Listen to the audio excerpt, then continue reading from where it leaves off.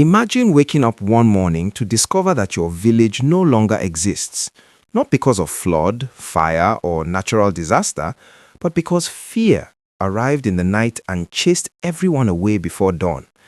No evacuation notice, no warning siren, just gunshots in the distance, whispered threats, and a single message passed from house to house: run or die. In Sokoto State, this nightmare is no longer imagination, it is reality. One after another, villages have gone silent. Their people forced into sudden exile as armed bandits tightened their grip on rural communities. Homes were abandoned with cooking pots still on fire. Shops were left unlocked. Farmlands were deserted mid-season. Entire communities fled with nothing but the clothes on their backs, and children clutched tightly to their chests. For years, these villagers lived under invisible occupation. Bandits imposed illegal levies, demanded weekly payments, kidnapped those who could not pay, and killed those who resisted. Survival meant obedience. Even then, safety was never guaranteed. Fear became routine. Silence became survival. The breaking point came when reprisal threats followed security operations in the area.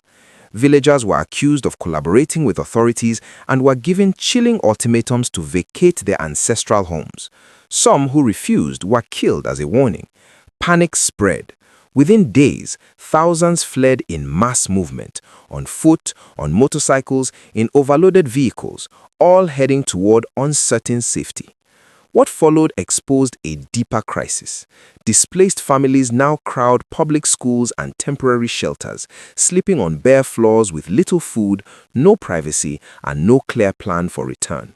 Villages left behind have become ghost settlements, vulnerable to permanent takeover by criminal networks.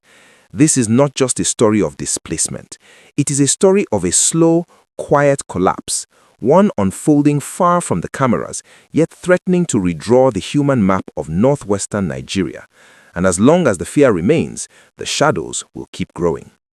It began in the dead of fear-filled nights, the kind where dogs stop barking and mothers clutch their children tighter, listening for footsteps that may never knock but still arrive with bullets. Across wide stretches of Isa local government area in Sokoto State, silence has replaced laughter. Doors are left hanging open, cooking pots sit abandoned. Entire villages have vanished, not swallowed by flood or fire, but emptied by terror. No fewer than 28 villages have been completely deserted as residents fled relentless attacks by armed bandits, many believed to be loyal to the feared kingpin Bello Toji. For years, these communities lived under siege. Now they have simply stopped existing. Tidibale, Mansalo, Dangulbi, Tuwon Takawa, Yar Kururi, Dogon Bedi, Jimbima, Gidan Rana, Kwanawa, and many more. These names were once home. Today, they are echoes. Residents say the attacks were not sudden. They were systematic. Killings, kidnappings, woundings, and a crushing system of illegal levies that turned villagers into prisoners inside their own ancestral land. We didn't leave because we wanted to. We ran to save our lives, one displaced resident whispered. According to multiple accounts, bandits from different camps stormed these villages repeatedly, demanding money under the threat of death. Some households were forced to pay 3,000 naira every single week for nearly 4 years. Others were slammed with one-time levies ranging from 1 million to 4 million naira. Payment, however, did not guarantee safety. Even after paying, they still kidnapped people, another resident said. Some of our people are still in the bush till today. The breaking point came after a recent military and vigilante operation reportedly killed several bandits loyal to Toji. What followed was swift and brutal. Villagers were accused of collaborating with security forces and were given chilling ultimatums to vacate their ancestral homes. Some who refused were killed as a warning. Panic spread. Within days, more than 10,000 people from the Tidibale axis alone fled in mass movement. Over 200 vehicles, buses, trucks, motorcycles, anything that could move, were used to evacuate families toward Isa town, the local government headquarters. Those who could not find transport trekked. Today, Isa town is overwhelmed. Displaced families now crowd public schools and makeshift shelters, officially becoming internally displaced persons or IDPs. Classrooms meant for learning now serve as bedrooms. Some families sleep on bare floors, others roam the streets at night, unsure where to lay their heads. There is no privacy, no certainty, no plan.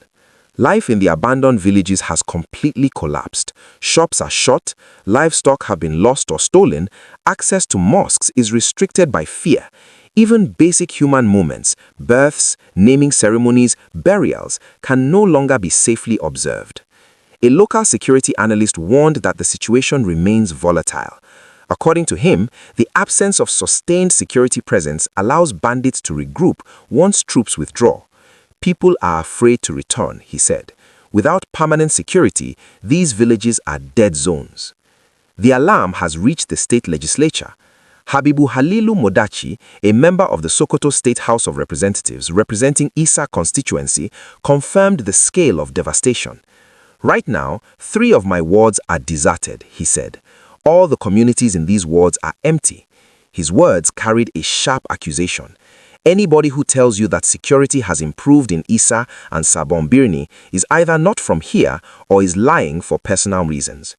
He cited a recent attack on Bargaja community where bandits killed 2 people, including the elder brother of a state high court judge, and abducted 4 others, accusing security agencies of responding too slowly to distress calls. The Sokoto State Police Command has confirmed the incident, but says it is awaiting a detailed report from the local divisional police officer. On the ground, displaced residents say government help is barely visible. Apart from private donations, including 100 bags of maize and cassava flour from a single individual, relief has been painfully inadequate. As night falls again in Isa town, thousands lie awake haunted by one question. If we cannot return home, where do we belong now? For many of the displaced, hope is thinning, stretched as thin as the mats they now sleep on. Inside overcrowded classrooms in Isa town, children wake up confused, asking questions their parents can no longer answer.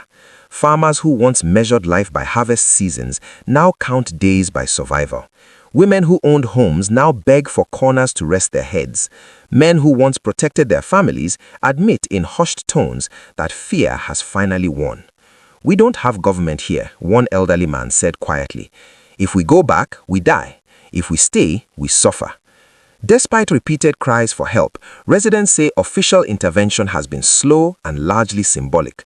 No structured relief camps, no steady supply of food, medicine, or clean water.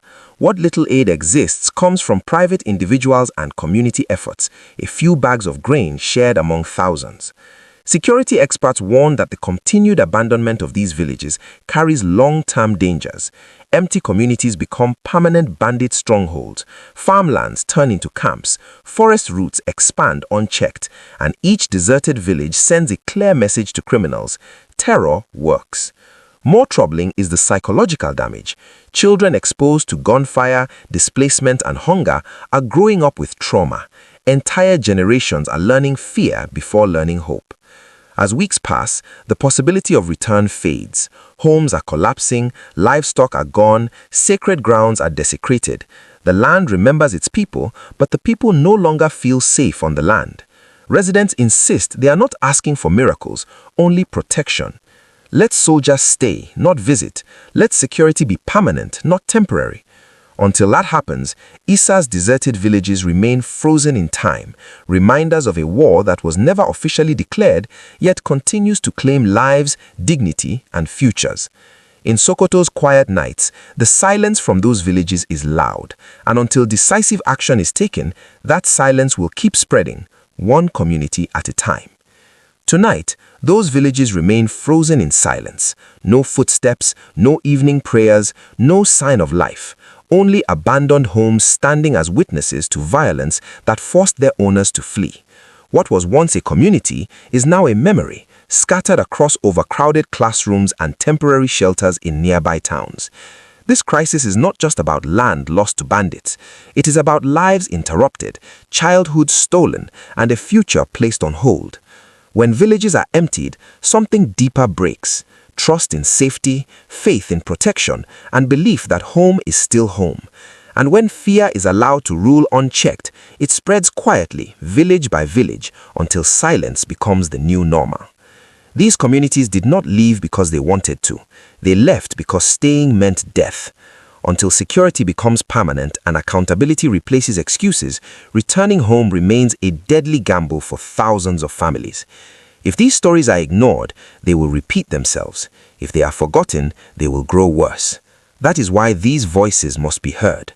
Subscribe to this channel for in-depth crime stories that expose the truths hidden behind headlines.